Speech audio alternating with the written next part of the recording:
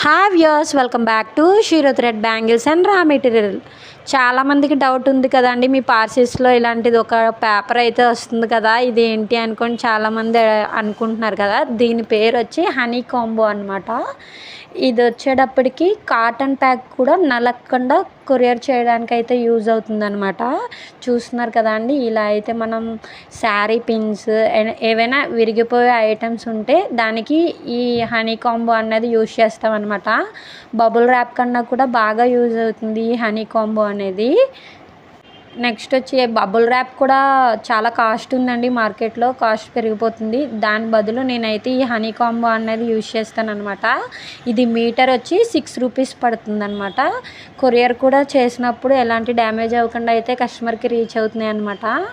అందుకని చెప్పేసి ఈ హనీ కాంబో అయితే యూజ్ చేస్తున్నాను. ఎవరికైనా కావాలంటే కూడా ఆర్డర్ చేయొచ్చు, మన దగ్గర అవైలబుల్గానే ఉంది. ఇది మీటర్ వచ్చి 6 రూపీస్ పడుతుంది అనమాట. ఇంకా కొరియర్ గురించి చాలామందికి డౌట్స్ ఉన్నాయి కదండి.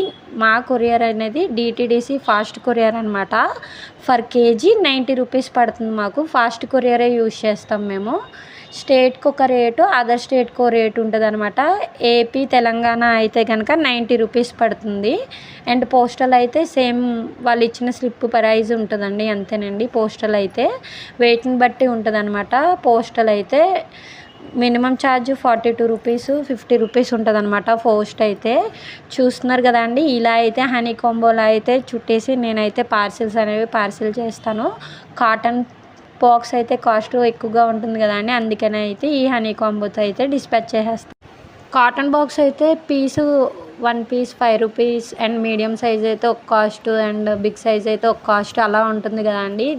దానివల్ల అమౌంట్ అనేది ఎక్కువైపోతుంది అనమాట. పార్సిల్ మీకు కూడా అంతే కదండి, ఏదైనా పార్సిల్ చేసినప్పుడు box cost and tape cost ఇవన్నీ కూడా క్యాలిక్యులేట్ చేయాలండి. ఏదైనా ఒక కొరియర్ చేసినప్పుడు దానికి బ్యాంగిల్స్ అంటే బ్యాంగిల్స్ సంబంధించిన కాస్టే వేయకండి. ఇలాగా పార్సిల్ వేసినప్పుడు ఎంత అవుతుంది ఏంటి అనేది కూడా ఒకసారి క్యాలిక్యులేట్ చేసుకోండి.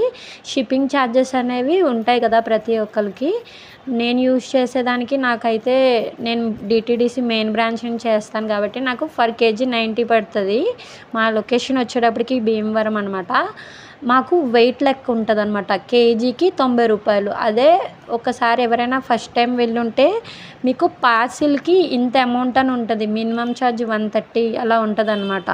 మీకు అది 100 గ్రామ్స్ అయినా అవ్వచ్చు, 150 గ్రామ్స్ అయినా అవ్వచ్చు. అలా అయితే వాళ్ళు తీసుకునే ఛార్జెస్ వచ్చేటప్పటికి 130 రూపీస్ అలా ఉంటుంది అనమాట.